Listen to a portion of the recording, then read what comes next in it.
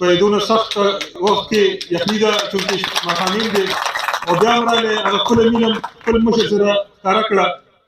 هغې نه بعد چې کوم ملګرو موږ سره شمولیت وکړو د هغوی شکریه ادا کوم او انشاءالله دا ولې یقین دهاني ورکوم چې دوی به کله هم زموږ نه مایوسه کېږي نه. د دوی دا خدمت دا انشاءالله دغه شانتې جاري وي چونکې د الیکشن دور دی او د تنګي دلته موږ نمایندګي کوو د پارټۍ. زه به یو څو خبرې وکړم. اکثر دا خبرې کېږي دلته چې تنګي کې زموږ عمر له تنګي ولې وروسته پاتې شوی دی. کله چې تنګي تقسیم شوی دی نو دوی بیا ترقي نه کړې. وګورو په 15 کاله کې تېر چې کوم کم تېر شو تنګي چې زموږ څه حالات دي تاسو ته پته ده. په ګنټو لوډ شیډینګ په ګرمۍ کې موږ نه هېرېږي. ورلوډ ټرانسفارمر ورلوډ پیډر موږ نه هېرېږي چونکې هغه به بعضې ټیم کې موږ د جیب هم کول خو بیا هم هغه شي چې حکومتي او وسایل نه نو هغه شانته خدمت نه کېږي. چې دا کوم حکومت په موږ تېر شو تنګي له چا هم توجه نه ورکړې. تنګي چا غم نه دی کړی.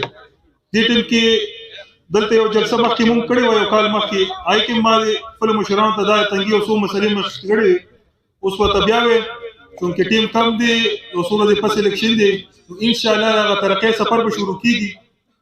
نو زه خپل مشر ته همدغه نوټس کې راولم چې تنګیوال دې ځله انشاءالله تا سره ولاړ دي او تنګیوال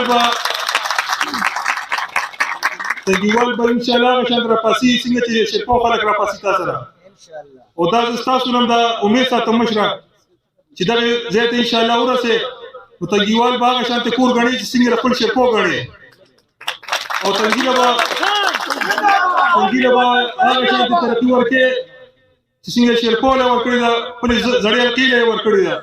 دا مې یو خبره زه تاسو ته ښکاره کوم چې سکندر خان په ډومبي ځل به زموږ د دې حلقې نه پاشي زموږ د دې تنګي نه مخکې چونکې حلقه بدله وه نو تنګي دوی سر نه راته نو په دې وجه تنګي کې هغه شانتې نظر نه دی شوی.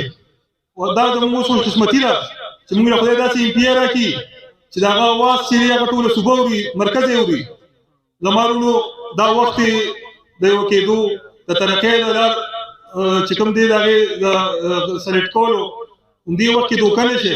اکثر ګورې موږ خلک په څه دوکه شو څوک هم د مذهب په نوم دوکه کي څوک هم وایي د کلیوالي ده څوک هم په تبدیلۍ په نوم دوکه کي. نو زه وایم چې اوس شعور خلکو راغلی دی د کار خلک وپېژنئ څوک چې کار کولی شي چا چې کار کړی دی او څوک یې مخکې به کوي حق یې خلکو لوټ ورکړئ.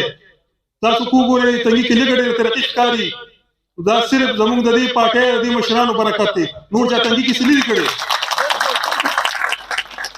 یو پارټي دی راپاسي نور خلک هم دې نه پاس شوي دي. ما ته دې وښایي چې یاره دوی څه کړي تنګي کې دا 15 کاله کې چې دلته کوم دا د مشر ته نوټس کې راولم نوې آبادۍ شوي دي دا نوې چې کوم دلته دغه څه شو یو فوټ ګیس چا نه یې لګولی دی که نه دی لګولی یو بجلي چا تار یا ستن نه دغه کړی. زموږ خلک اوس هم بغیر ګیسه وخت تېروي په دې تنګي کې اوس هم بغیر بجلۍ خلک ناست دي. دا ولې دا دغه خلکو ناکامي ده. نو تاسو دا یقین دهاني درکوم چې انشاءالله کار اخیستل زموږ کار دی. خو دغه په 8 تاریخ را سره تاسو پښتو کې بیا 15 کاله موږ ستاسو خدمت کوو او دا به خلکو ته ښیو چې خدمت داسې کېږي او کومه ترقۍ لار چې ولاړه وه هغه واپس جاري کوو او د خپل ملي رهبر جناب آفتاب احمد خان شیرکو د خپل خوږ مشر صوبایي چیرمن سکندر حیات خان شیرکو لاسونه ومضبوطوو او تنګي به ورته په پره ښیو چې څنګه شیرکو نه لیډ اخلي داسې به تنګي نه هم لیډ اخلي.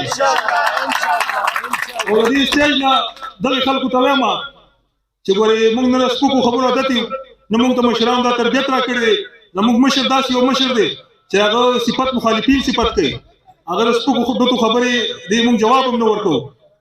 خدا به ورته انشاءالله په 8 تاریخ دغه جواب ورکوو د اوټ په شکل کې.